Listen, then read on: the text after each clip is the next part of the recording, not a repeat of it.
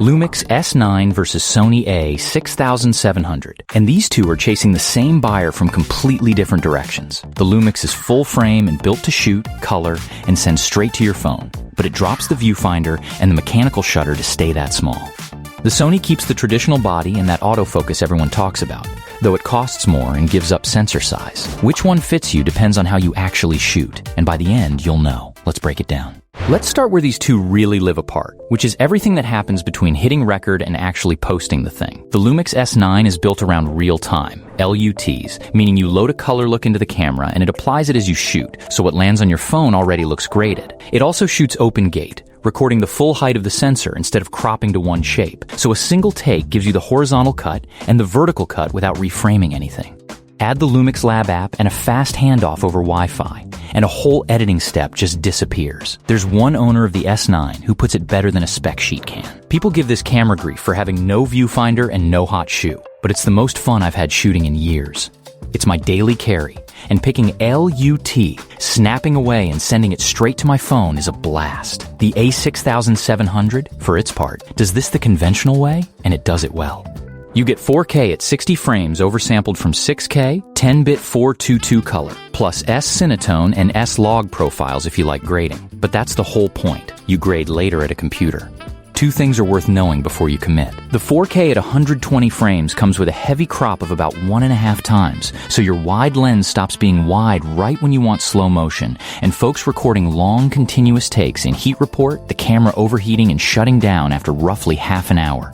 For short clips that never comes up, but a fast workflow saves nothing if the shot is soft. Sony's autofocus is the reason most people are even looking at the a6700. There's a dedicated AI processor doing subject recognition, so it identifies people, animals, and vehicles, and once it grabs an eye, it holds on while your subject moves toward you or away from you.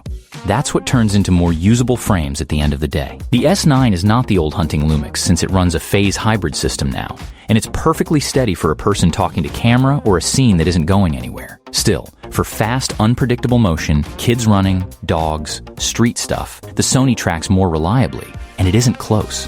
Autofocus decides whether you got the shot. The sensor decides what it looks like. The S9 carries the same 24-megapixel full-frame sensor as Panasonic's bigger bodies, and a larger sensor collects more light, so files stay cleaner as you push ISO, and you get shallower depth of field at the same framing.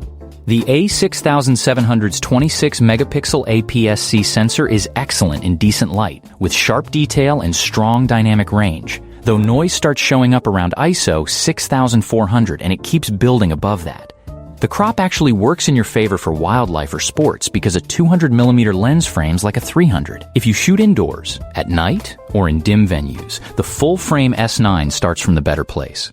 And whichever body you pick, what you're really buying into is the mount. Sony's E-mount is the deeper lens ecosystem by a wide margin, with Sony, Sigma, and Tamron all making glass for it, including small, affordable APS-C primes that keep the whole kit light. The L-mount on the Lumix has Panasonic, Sigma, and Leica behind it, and the optics are excellent. But there are fewer options, and full-frame lenses are physically bigger and cost more, which pushes against the tiny body you bought them for. A compact prime like a 35 or a 50 is where the S9 makes sense. On stabilization, both have 5-axis in body, though the Lumix Active IS is the steadier one for walking handheld, while plenty of a6700 owners say its IBIS isn't enough for smooth walk and talk without a gimbal, and 4K shows some rolling shutter wobble on quick pans. The body's split just as hard. The S9 is smaller and lighter, but has no viewfinder, no hot shoe, and no mechanical shutter, so no flash, and you're composing on the screen in bright sun. The a6700 gives you an electronic viewfinder, a proper grip, a hot shoe, and both mic and headphone jacks. Which brings us to money, and here's the odd part. The Sony is the pricier of the two, even though it's the APS-C camera, and what that extra buys is the autofocus, the viewfinder, the accessory support, and the deeper glass selection.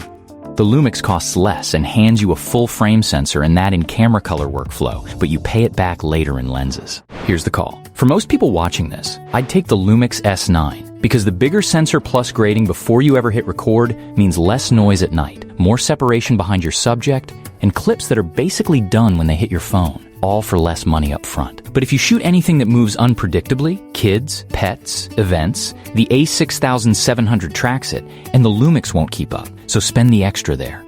And if you want a viewfinder, a flash, and a wall of affordable glass to grow into, Sony is the smarter system to live with, no fluff. For quiet travel and street work, where you're carrying the thing all day, the Lumix wins that easily. And you? Which one would you pick? Let me know in the comments. Links below in the description.